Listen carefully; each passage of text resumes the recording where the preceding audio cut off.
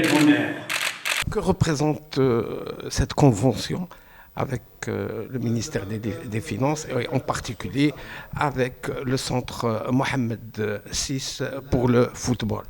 Ben écoutez, d'abord, c'est un bonheur de savoir que la Fondation continue à bénéficier de ce que j'appellerais une crédibilité. Et la Fédération marocaine de football a confié la gestion, la marche de ce musée à la Fondation nationale des musées. Et donc nous sommes là pour préserver cette mémoire du football, cette mémoire de ces grands artistes exceptionnels du ballon rond, et que peut-être la jeune génération ne connaît pas.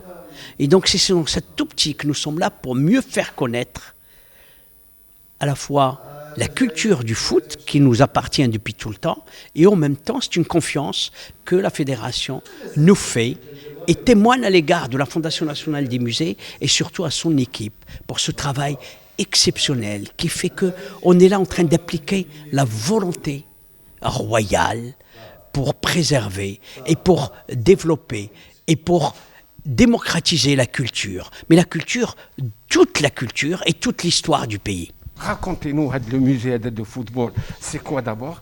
Quand est-ce qu'il entrera en fonctionnement? Quelle sera sa mission?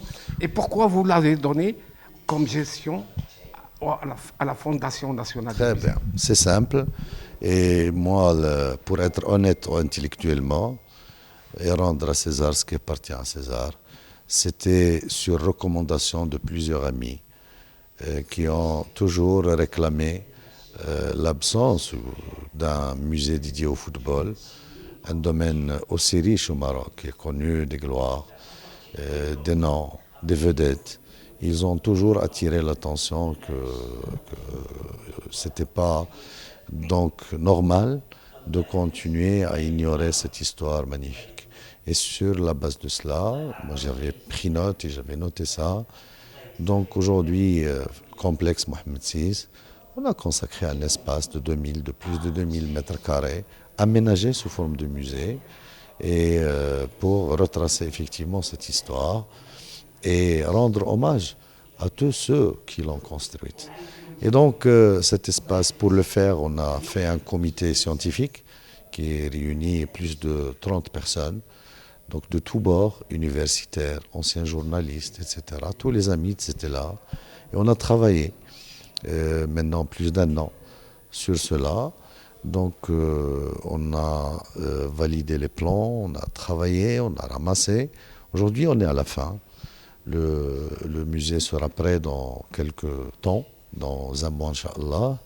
Et puis, évidemment, pour le gérer d'une manière professionnelle, l'ouvrir au grand public, pour leur donner la possibilité de voir, effectivement, et de rafraîchir leur mémoire par rapport à cette histoire magnifique que les anciens ont fait, et de conjuguer ce présent qu'on vit, nous, en futur, donc vécu et palpable.